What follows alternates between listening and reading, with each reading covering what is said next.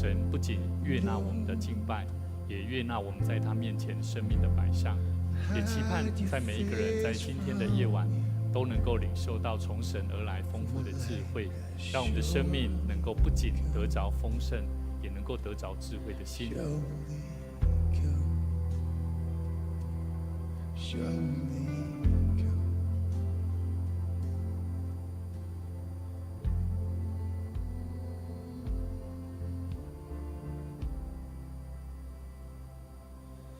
Carry that cross, and I feel your pain.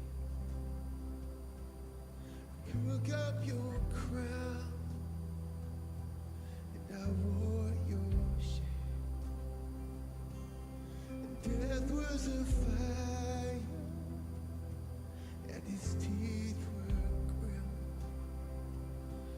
but I left it behind. With all your sin,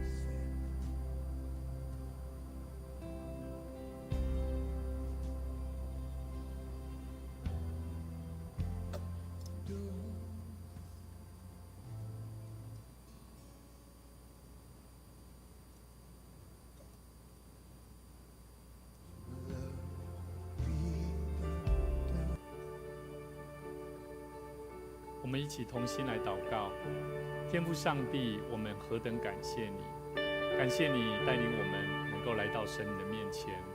当我们无论是第一次来到我们当中，或者是久久没有来到我们当中的弟兄姐妹，我们都乐意将我们的生命全心全意的摆上。主啊，恳求你圣灵感动的灵能够赐福在我们生命里面，亲自来对我们说话，来对我们做引导的工作，让我们的生命无论从生活、从工作、从家庭，以及从我们所接触的每一个人身上，我们都能够让人看出我们是有生命的、有活力的、有喜乐的、有盼望的。谢谢主，我们要再一次将在座的每一位弟兄姐妹，无论是在荧光幕前的观看直播的弟兄姐妹，以及在现场的每一位弟兄姐妹，我们都愿意将我们的心摆放在神你的面前，交托在主你面前，让我们一切的重担能够交托给主。主啊，你教导我们，当我们在你面前，我们当义无挂虑的来到神你的面前，向主祈求。我们相信神你要赐给我们，不仅是丰盛的，而且是能够在困境当中重新为主而站立。谢谢主，我们在你面前，我们相信我们是主你所呼召的，我们更乐意将我们的生命摆上。愿主你与我们同在。祷告，奉主耶稣基督圣名来求，阿们。主温柔的生命，让我全心感受，渗透我的生命，赐下平静和安息。你是我心的满足。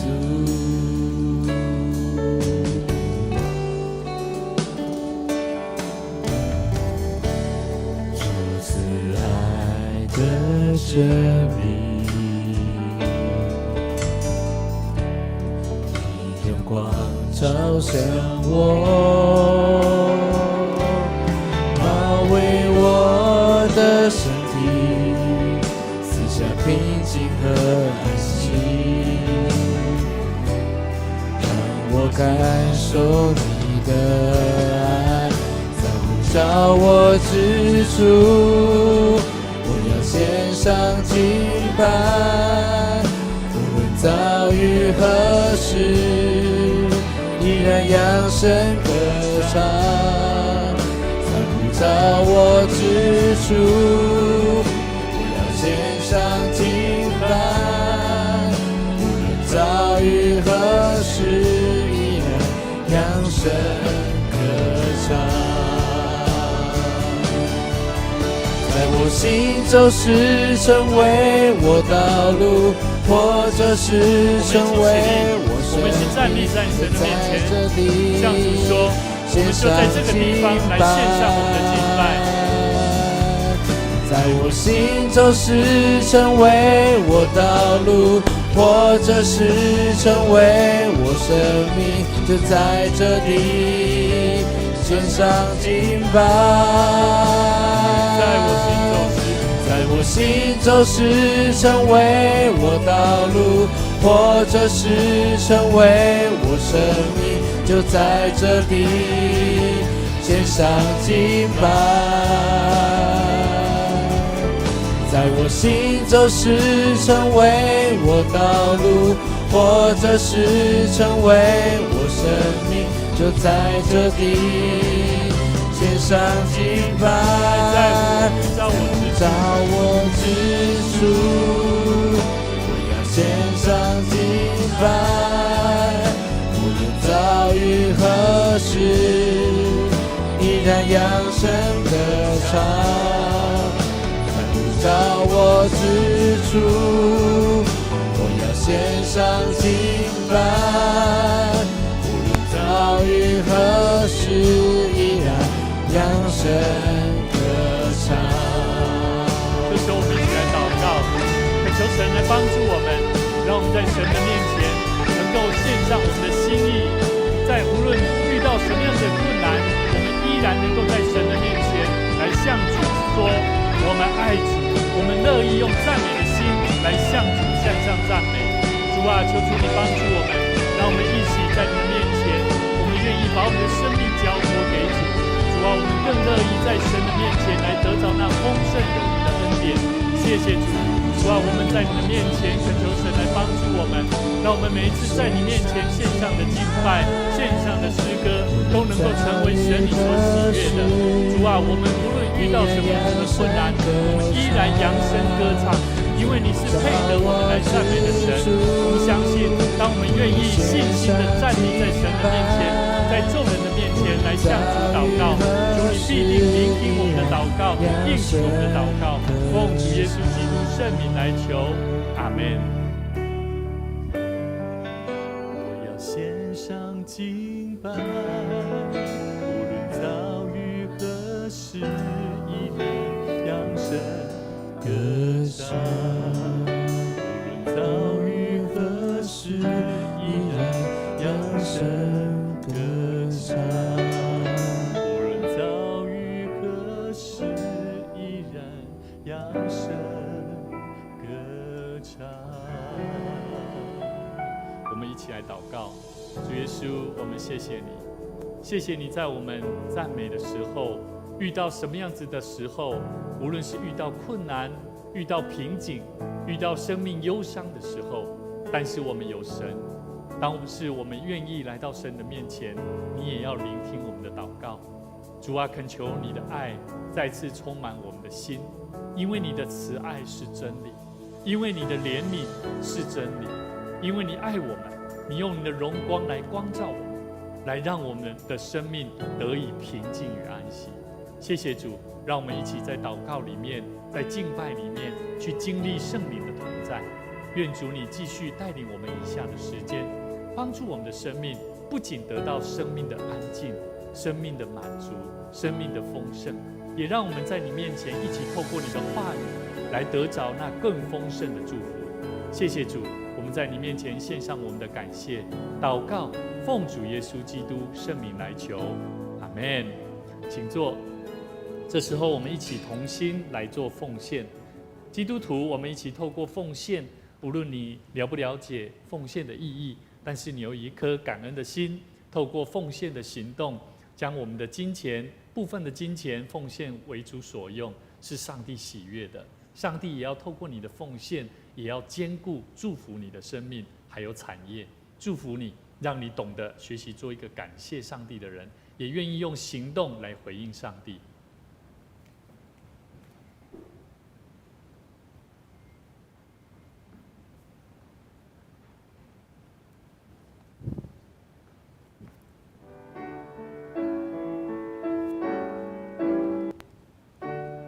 这时候我们一起起立，我们一起同心来唱奉献的诗歌。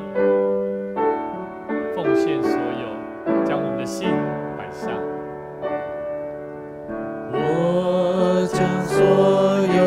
献于耶稣，甘心乐意全奉献。我要时常来主靠主，天天活在主面前，全所有奉献，全所有奉献，献给爱我尊贵救主，全所有奉献。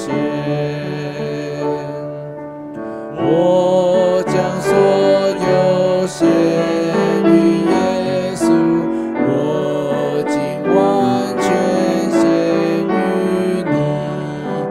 求主赐我爱心能力，更赐我天上福分，全所有奉献，全所有奉献，献给爱我尊贵救主，全所有奉献。我们依然站立，一起来做奉献宣告的祷告。我相我相信凡事都是上帝所创造，他拥有赏赐与收回的权柄。此时，我愿意从你所得到的恩典，用感恩与敬虔的心奉献在你面前。求主在我每次甘心乐意的奉献中，操练我更加顺服委身，分别我的生命。我相信奉献是栽种丰收的种子，我深信奉献是实践基督的生命。我确信奉献是生命主权的交托。求主按照你的信实与怜悯赐福我们，保守你的教会，坚固你的百姓。奉主耶稣基督的名来求，阿们。请坐。在这边，我们一起来关心大桥教会的大小事。我们明天会举行我们本年度的第4次的圣礼典。那圣礼典是基督徒我们一起与耶稣同这个叫共桌了哈。那共桌的过程是耶稣会教导我们他的来的使命工作，也期待跟随他的门徒要能够继续去学习。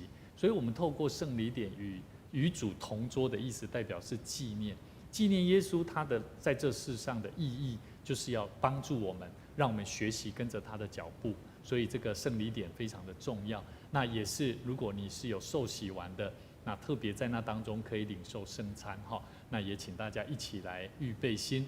那我们明天小组会正常聚会，那也非常欢迎，如果你有来参加我们大桥教会的弟兄姐妹新朋友，也欢迎你能够一起来参加我们的小组聚会。那我们在大桥教会周末社区音乐班在9月21号到10月26号即将要展开哈。那我们的费用非常的低哈，这是叫教材啦哈，教材的费用然后所以非常低。那原则上我们6堂课我们是全勤，我们会退500。那也期待我们这500块，我们如果还可以继续，你下一期其实你就减少500块的费用了哈。所以也期盼你能够一起来参加。那我们请到的老师是非常专业的这个声乐老师啦哈，所以他本身在孩童的教育，甚至初中的教育里面都非常有经验哈，所以也非常鼓励，如果家中有这个中班到小学4年级的小朋友，欢迎你能够邀请你的左邻右舍的朋友一起来参加。我们在1楼的公布栏有这个报名的相关的资讯哈，旁边有那个 QR code， 我们可以自己扫描来做报名哈。好，那我们在8月24号到25号，我们有台东野外礼拜哈，我们现在还有6个名额哈，那也欢迎弟兄姐妹还有家人朋友能够一起来为这个当天的这2天的行程天气来祷告期盼我们都能够建立一个非常好的野外礼拜，是一个大家关系建立的非常好的机会哈。那我们不仅欣赏大自然、上帝的创造，我们更能够彼此在分享、认识当中建立美好的关系。那我们在8月18号也是我们这个台湾哈，其实台湾这个8月18号实际上是7月平安符嘛，实际上当天也是400周年啊，就是说福音进到台湾400周年的一个纪念哈，所以呢当天我们在台南市议会当天有非常多的活动，还有100人100人的合唱，400人的大合唱哈，所以也期盼大家都能够去参加。那我们在牧师想要询问哈，就是说，假如我们家中如果有那个2手电脑没有在用的哈，那还堪用的，可以制作 PPT 跟影片的。那如果你不知道可不可以制作，那你没有在用的，那你可以奉献出来给我们教会的青少年。我们现在有一些青少年，因为家庭比较算是可能比较有困难，好，所以家里没有电脑，所以他本身在教会很喜欢学习我们所提供的一些教导，像简报啦、影片制作啦，所以他必须要回去能够做一些练习。那所以如果家中如果我们朋友有那种不是说不要的，空着没有使用的电脑哈，也期盼你能够奉献出来。那我们可以跟子安或跟牧师告知哈。那今天牧师要跟大家，不是1台，如果有更多也没关系哈。对，所以但是先让我知道了哈。感谢主哈，感谢主，谢谢。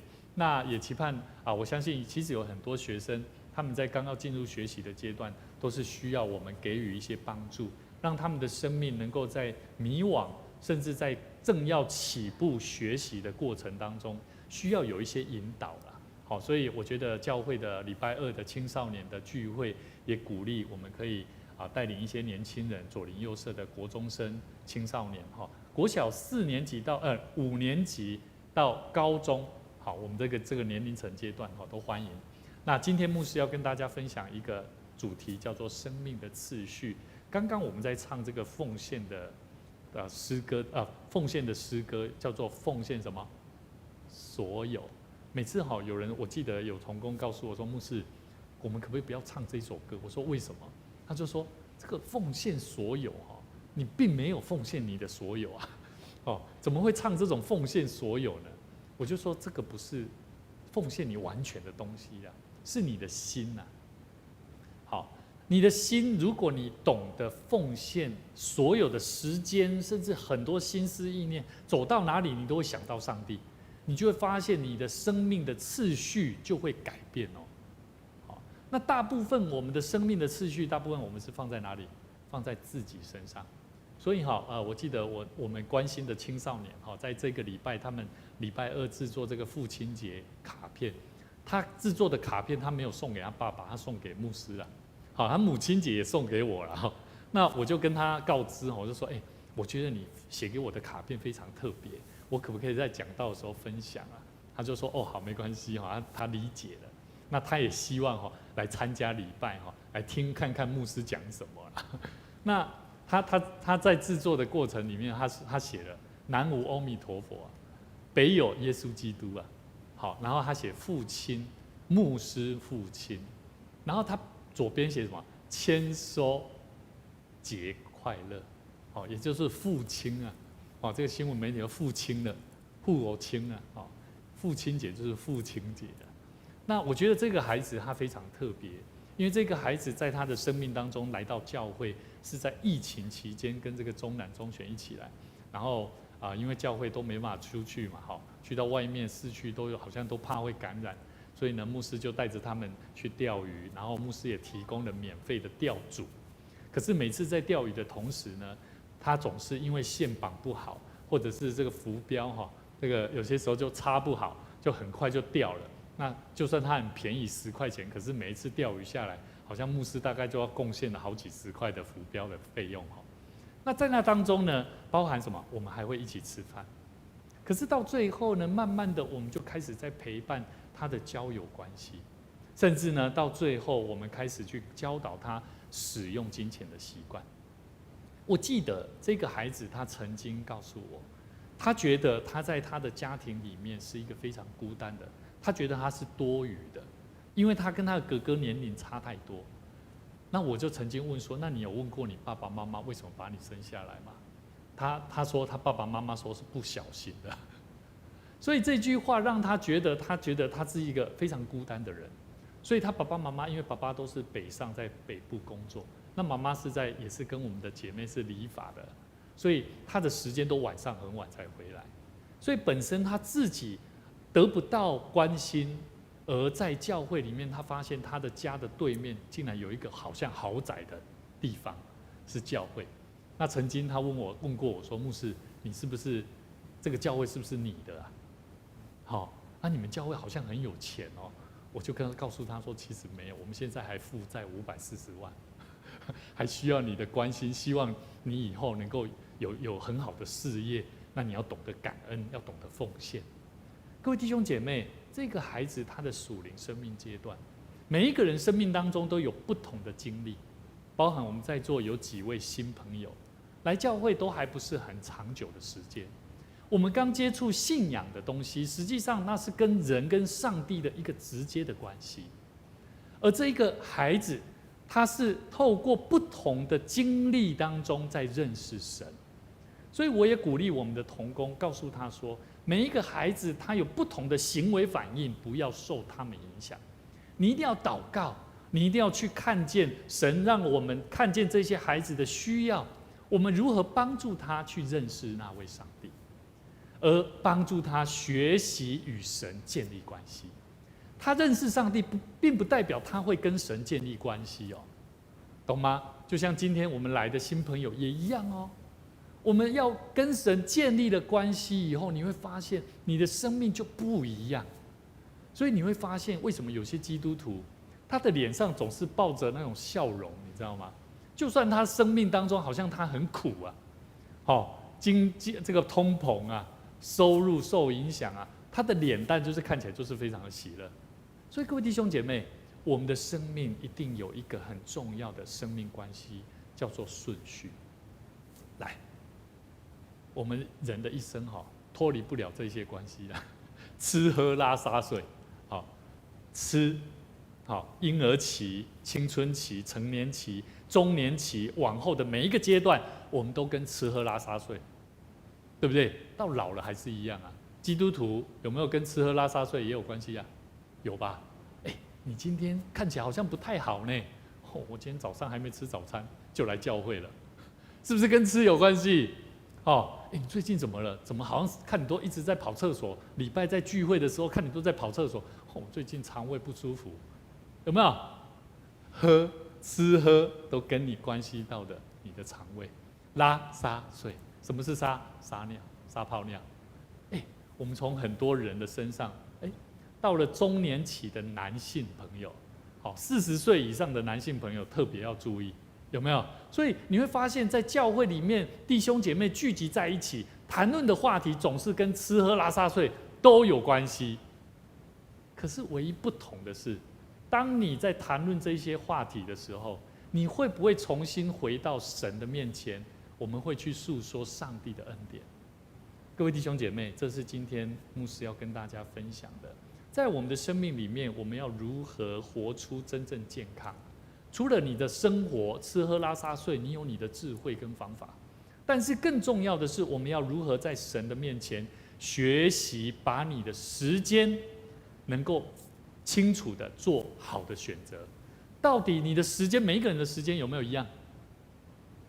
不一样哦，一样啦，每一个人都24小时啊，有没有一样？都一样啦。可是你会发现，每一个人的时间都一样，可是做出来的决定就不一样了。所以这个有一位身兼教练、演说家的杰米·康奈尔他说时间目前无法被管理啊。我们很多时候很多教导很多书本都说如何时间管理，有没有？我都在想时间管理真的有那么容易吗？管理不就是一个抉择而已吗？只要你懂得决定我要做什么，这个时间我要去教会我就去了，对吗？这是一个决定。所以时间无法被管理，将来也不会被管理。唯有什么？每一个人到底你所做的抉择是什么？所以期盼我们每一个人都做好的选择。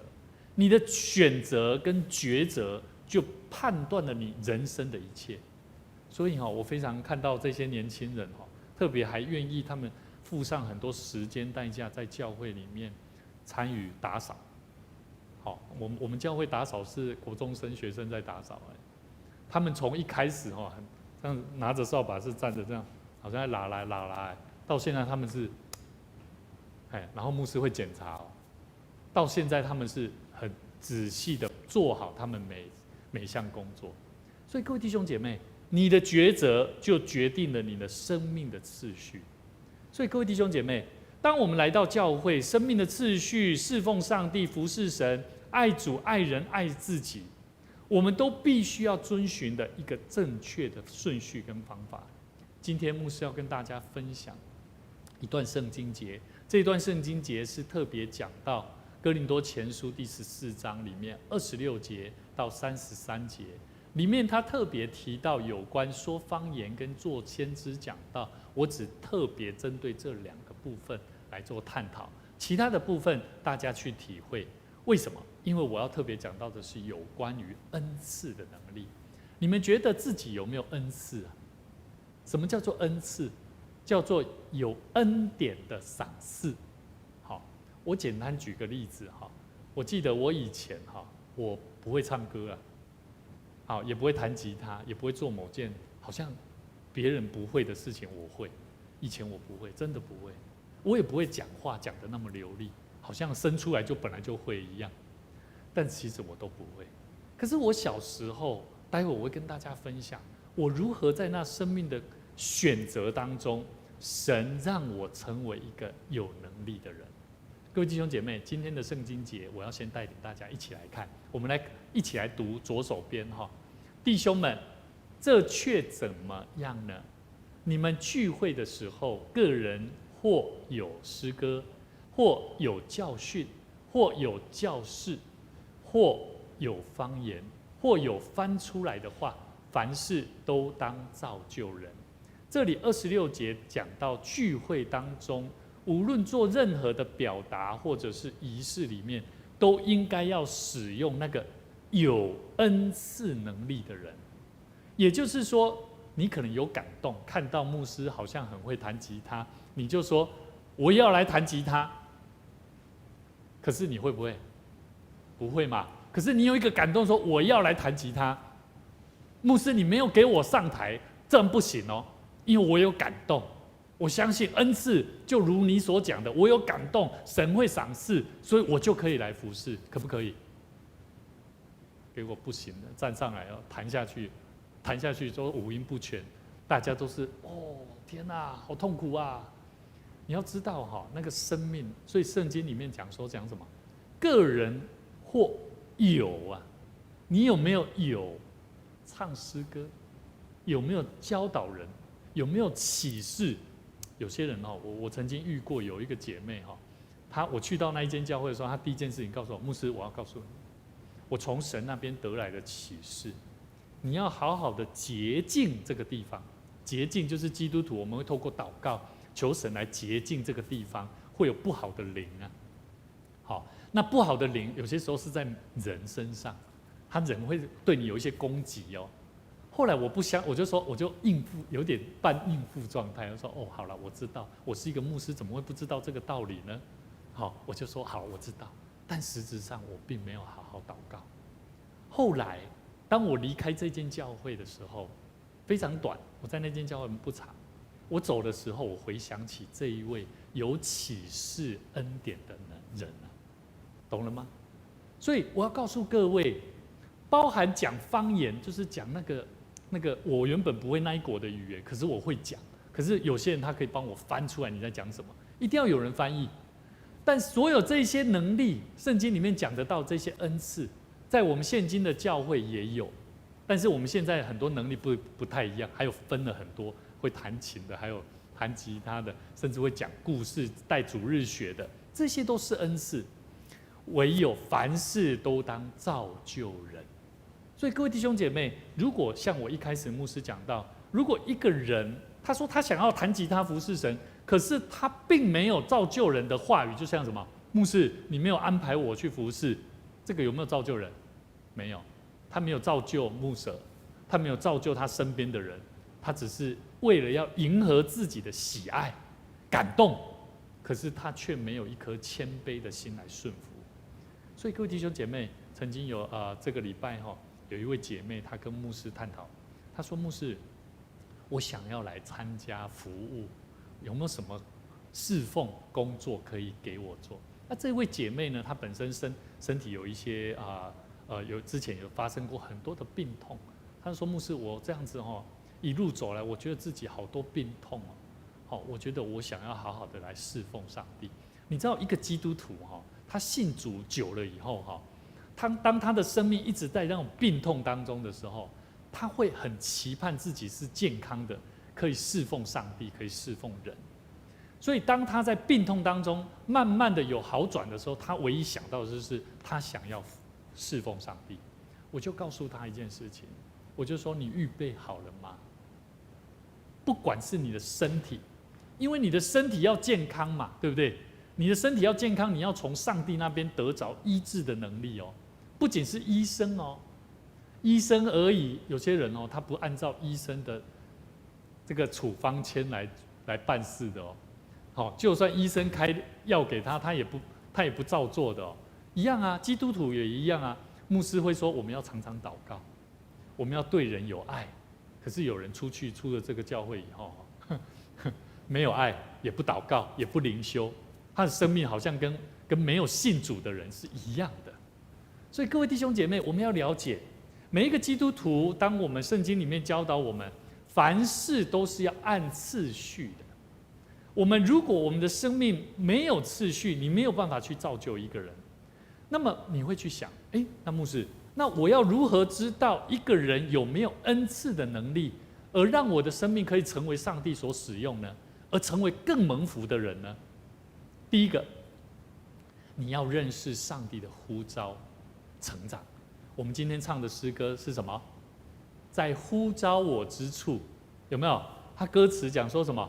主温柔的圣灵让我全心感受，渗透我的生命，赐下什么平静和安息。你刚刚在唱歌的时候，你会发现，主啊，对，我需要你那温柔的圣灵。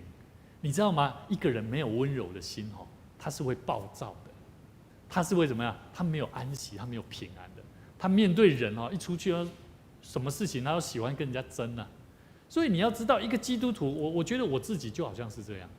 所以各位弟兄姐妹，圣经里面怎么说？他说罗马书8章28节怎么说？我们一起来读来，我们晓得万事都互相效力，叫爱上帝的人得益处，就是按他旨意被召的。黄色的反白说，按他旨意被呼召的人。什么是按照他的旨意被呼召的？你有没有感受到，来到教会不太一样？我时常会问钟南钟南，你有没有觉得牧师时常问你，你最近好不好啊？你的生命变化你有没有觉得很奇妙啊？祷告，你的身高就长高了，有没有？这个是什么？这个叫做万事互相效力啦。以前如果他不认识上帝，当他如果单纯他没有信仰的时候，他可能会在自己一个会自闭我以前也不高，我记得国中的时候大概151公分到国3的时候，我也觉得懊恼，我很懊恼，我觉得自己长不高。可是我时常去问，人家都会问说：“委员，你现在最想要跟上帝求什么？”我说：“我想要长高。”然后他就问我说：“那你有没有祷告啊？”说：“有啊，我有祷告，我都在人面前都说有啊，我有祷告啊。”可是我并没有祷告。后来我就真的长不高呢，是真的我没有祷告吗？我真的尝试更多的交托给上帝，更多求人家恳求大家为我祷告。所以一样啊，在那时候我看到年轻人，他一直在讲他想要长高的时候，我就说你要祷告，万事互相效力，叫爱上帝的人得着益处，这就是按他的旨意被呼召的人。所以各位弟兄姐妹，你清楚你自己是认识到上帝的呼召里面成长吗？美珍姐，你做招待侍奉，你有没有觉得很喜乐？当你在侍奉的时候，你会发现有哪些东西你是克服的。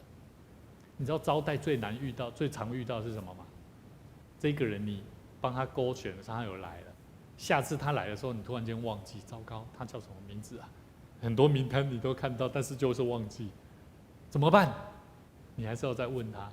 当你在问他的时候，说：“哎，请问你叫什么名字？”他会说：“啊，我不是跟你讲了吗？上个礼拜我就来了啊。”糟糕，很怕呢。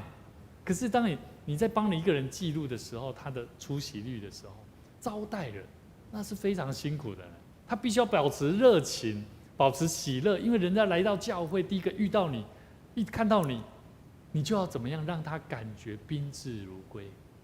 各位弟兄姐妹，这就是招待的侍奉。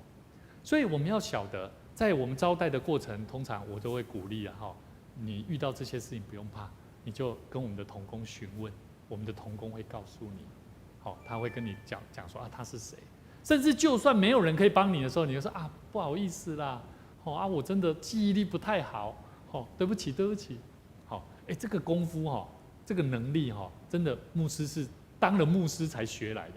以前我说你为什么我一定要把你记得那么清楚？我忘记人家忘记不行我会为自己找很多理由。可是实际上我发现，当我愿意把自己的生命交在上帝的面前，我发现上帝他让我们的生命是会懂得更加的谦卑跟委身。所以各位弟兄姐妹，这是第一个，我们要侍奉上帝，我们要得着恩赐的能力。我们第一个，你要认识上帝的呼召，你要在上帝的呼召里面成长。譬如说，我再简单再举一个例子。今天如果我说钟兰，你今天在礼拜天的时候，除了敬拜团，你还要在礼拜天的时候早一点来，然后在哪个时间点去到1楼的地方，招待每一个年轻朋友进到教会，你要做招待。那他就说，好，这是牧师从来没有人告诉过我，这个工作我也从来没试过，我愿意学习挑战，得到成长。这就是在认识上帝的呼召上。因为为什么我会想要找他？有可能是需要，有可能是他这个人已经在教会里面长长久久，他有这个能力，有这个温柔，有这个态度。所以很多时候我们万事互相效力，彼此要互相激励，就是这样来的。所以刚刚我在问到我们的这个朋友同工他这2个礼拜牧师也非常抱歉也忘记说他有提到，我记得他有提到说，因为他去手术做鼻子的手术，我一直有人在问我的时候，我都告诉人家说因为他做水电的啦，所以他可能比较忙啊。可是实际上我觉得不对，在我的心里面，我觉得我忽略了，这是牧师的疏忽的地方。所以各位弟兄姐妹，万事互相效力是，当你即便你做错事了，你也会懂得怎么样，你会懂得认错，你会懂得放下身段。这就是神喜悦我们在他面前用谦卑的心来侍奉人、侍奉神。所以各位弟兄姐妹，当我在想起我们是否成为上帝呼召的人的时候，我们要想，在我们爱上帝的路上，有多少人在爱我们？有多少人在帮助我们、带领我们，让我们的生命能够再一次受神的呼召，回到神的面前来敬拜他？神就要赐福你、祝福你、帮助你。我的一生非常感谢神，不管是车祸到现在，当我每一次跟人家分享，神都大大的赐福丰富在我生命当中。所以牧师也期待你们也同样去得着。第二个，我们要如何清楚知道有没有恩赐的能力？第二个，你要在认识神给你的恩赐上面成长。譬如说，简单讲好了，就像我刚刚提到这个钟南，他是学打鼓的，对不对？那假如说他说他很想要学打鼓，能够服侍神，所以可能他还不了解什么叫服侍神。可是他想要学习打鼓，那我们就帮助他，让他在这个恩赐的能力上得到成长。除了技术，他还必须要学习什么？准时、态度。譬如说节拍不稳的时候，你可能要调整哦。当我们在告诉他调整的时候，他会懂得顺服。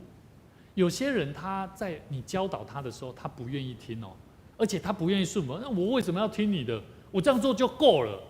我已经付上那么多时间花在这个地方，你凭什么还要再叫我再更好、更好、更好？对不对？认识上帝给你的恩是上面要成长的，没有那么容易的。所以各位弟兄姐妹，跟你旁边的人说，你的生命要更成长，会更蒙福，会更蒙福。好，各位弟兄姐妹，可能你会觉得我的生命现在已经学习到很多的能力，你可以生活，但是我相信有很多东西是神要让你在更多的突破，让你的生命能够为别人带来更多的祝福。所以各位弟兄姐妹，上帝给我的恩赐是音乐，但我小时候我并不喜欢去练钢琴，我也不喜欢。我每次去练钢琴，国中的时候吧，我记得那个老师练钢琴是手在动哦，我还会被老师打头，说你是在困哦，还流口水。我那一次我到现在都还记得，流到我的键盘上，因为老师在讲课，然后我就打，然后就流下来。我到现在都印象很深刻。我不喜欢学琴，可是到现在，我觉得那份过程、那份乐理基础，帮助了现在的我。我后来转练习唱歌，因为钢琴真的学不来，我就开始学唱歌、学声乐。然后到高中的时候，我跟我爸爸讲说：“爸，我想要去练唱声乐，做声乐家。”我爸爸我们家里是做黑手的，黑手的。我爸爸就告诉我，在台湾发展不那么 OK。如果你不是先天就很厉害，然后我爸爸也不懂这个东西，我觉得有些困难。要不要这样？你把它当作兴趣，一个嗜好，好，那你可以去学你应该学习的。所以后来我就去念逢甲电机台中，可是因为电机的工作电机的学业也帮助我那个环境，让我在台中能够碰到很多的机会，透过吉他，透过贝斯，透过爵士鼓，透过教会的环境帮助了我。所以到现在，我可以运用这一些上帝帮助我在过去所学习的音乐技巧，帮助我在现在的侍奉上帝有非常好的发展。所以各位弟兄姐妹，我非常喜欢圣经里面一句话，以弗所书1章17到19节说：“求我们主耶稣基督的神，荣耀的父，将那赐人智慧和启示的灵赏给你们，使你们真知道他，并且照明你们心中的眼睛，使你们知道他的这个恩典他的恩典呼召有何等指望，他在圣徒中得的基业有何等丰盛的荣耀。”注意他讲到是说，使我们知道他的恩典的呼召。上帝给我们白白的恩典，绝对不会没有平白无故而已啊。就是说，当你领受，主啊，真的是恩典赏赐丰富的神。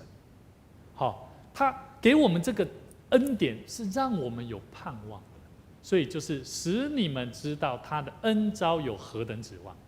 后面那一句话，他在圣徒中得的基业有何等丰盛的荣耀。我要问各位，在你现在活着的生命，你的生命有没有感受到能够让神得着丰盛的荣耀啊？什么意思？今天我看到中南我会觉得我很感谢上帝，感谢上帝使用了他。我们整体的敬拜音乐，上个礼拜牧师就讲，敬拜音乐里面没有鼓啊，它让人听不出那个音乐里面的核心价值啊，有没有？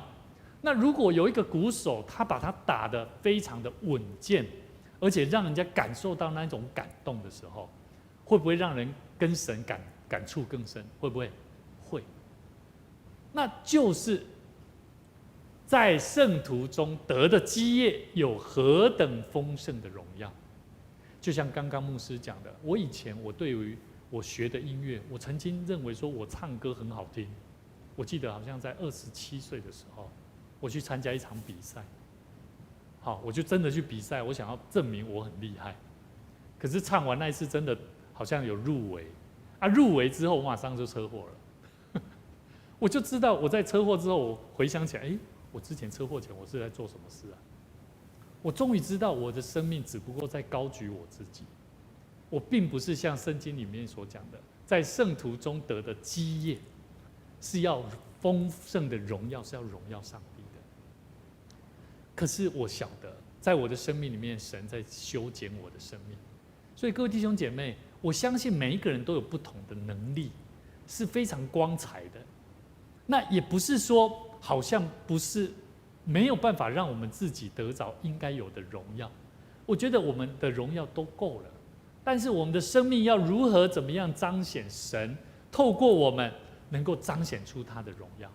所以各位弟兄姐妹，我觉得，我非常喜欢我舅舅哈。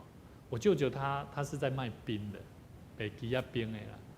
好，你不要小看他哦，他是在穷困当中哦，他奉献的精神是比我们在座很多人还要甘心乐意的哦。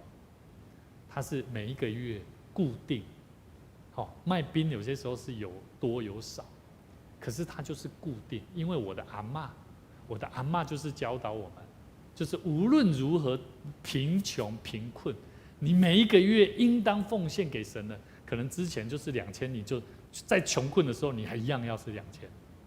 所以我的妈妈也是这样教导我。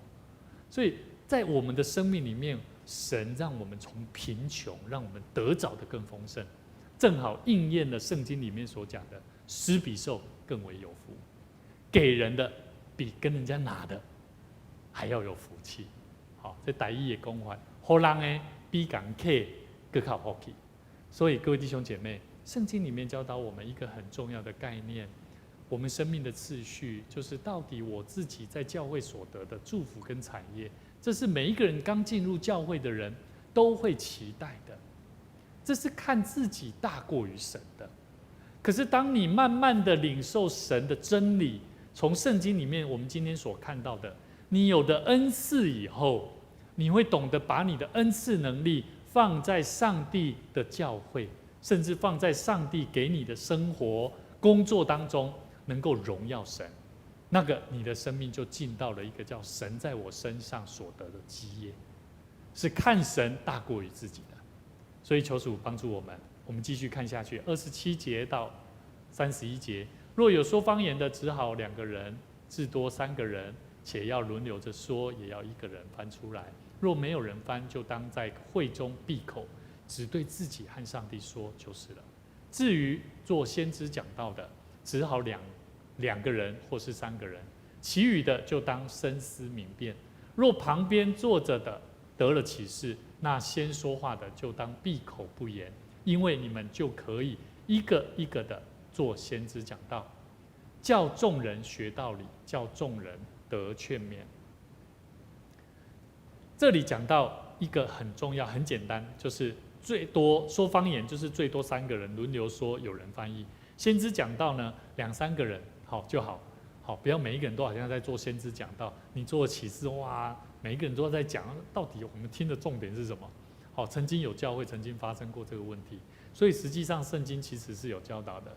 其他人做深思明辨的工作，每一个人都可以做先知讲道，但是他也教众人要一起学习，互相劝勉，这才是重点。好，要记得我们每一个人都有做先知讲道的能力。譬如什么？现在我做爸爸哈，我的孩子他讲了哪些话，我就会大概知道接下来他的弟弟或妹妹可能会有哪些情绪反应。好，所以这就是先知讲道，说你可能不能这样做哦，你这样做会怎样？这就属于先知讲道的。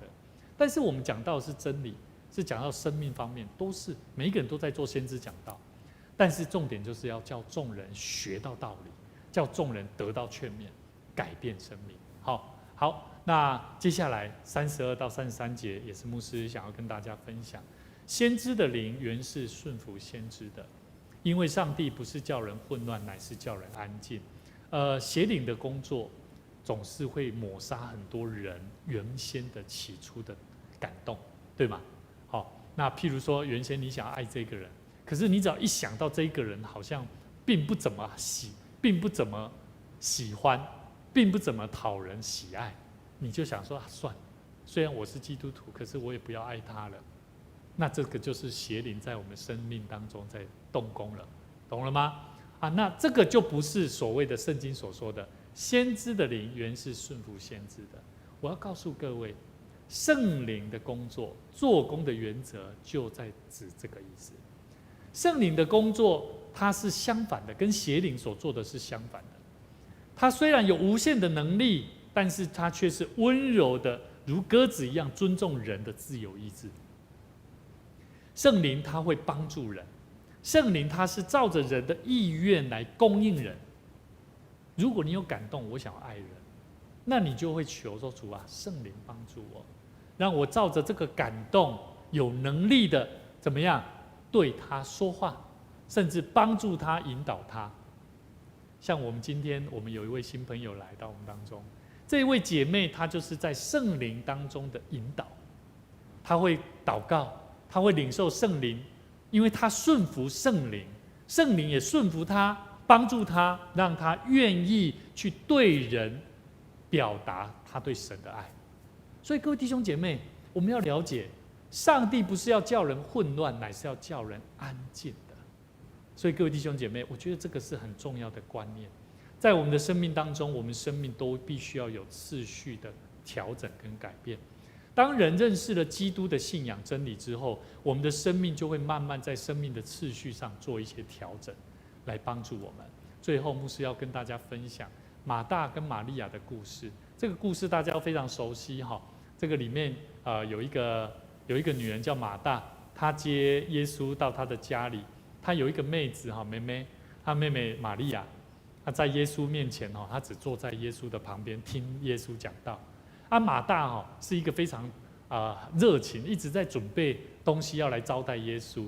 可是耶稣就对她说：“马大马大，你为许多的事忧虑烦扰，但是不可少的只有一件事，玛利亚已经选择了那上好的福分，是不能夺去的。”各位弟兄姐妹，玛利亚跟马大，他们的生命不太一样。有些人他们是积极的侍奉，关心侍奉，外在很积极，内心很被动。好，那玛利亚呢？她是被动的坐着，关心聆听主的话，选择重要的事情，因为她希望得到生命的真理。所以各位弟兄姐妹，在你生命的次序当中，你不用担心，你到底要吃什么、喝什么。为了许多的事情烦扰，唯有你在神的面前求主帮助你，在你所需要的工作上面求主帮助你。我相信神必定在我们生命当中来祝福我们的生命。所以我们一起来读这一段话哈，红色的字哈，你们要先求他的国和义，这些东西都要加给你们了。这是耶稣所说的话，期待我们在我们生命当中。我们的生命次序里面有很多值得我们烦扰的，但是我们求神帮助我们学到如何在我们的恩赐能力上面来分辨清楚，你就会了解怎么把你的能力放在对的位置上。求神来祝福我们的生命，我们一起同心来祷告。全能永活的上帝，我们全心信靠你，因为你平安的恩典的赏赐，使我们可以在每一个地方，在这个地方来同心敬拜神，赞美主。求主赐给我们智慧。虽然我们生命当中有许多不同的挑战跟困难，但是我们学习，因为你所爱的事情是期待我们，让我们的生命能够回应你的呼召。透过祷告、读经，去明白主你的心意。愿你帮助我们学习，常常在主你的话语里面，体会如何去爱人、爱主的功课。主啊，我们也感谢你。恳求你圣灵感动我们众弟兄姐妹的心，让我们学习知道如何去爱人，专心来侍奉上帝。我们晓得在我们生命当中，你所赏赐给我们许多的平安以及丰盛的恩典，我们更乐意把我们的生命摆上。求主你也赐福我们在座的每一位来到我们当中的新朋友，祝福他们的生命，无论是刚接受完手术的俊伟，还有在第一次来到我们当中的姐妹宣小姐，也求主你赐福他们，让他们在追随认识主的真理道路上面，能够得着更丰盛的恩典，让他们去体会到神你满满的爱。愿主你在我们当中来行神迹奇事，是让我们的生命能够从无到有，从死亡得着复生。谢谢主，我们在你面前献上感谢，祈求祷告，奉主耶稣基督圣名来求，阿们。愿主赐福大家，在每周六的晚上6点半，我们同一时间一起来领受上帝的恩典与祝福，平安。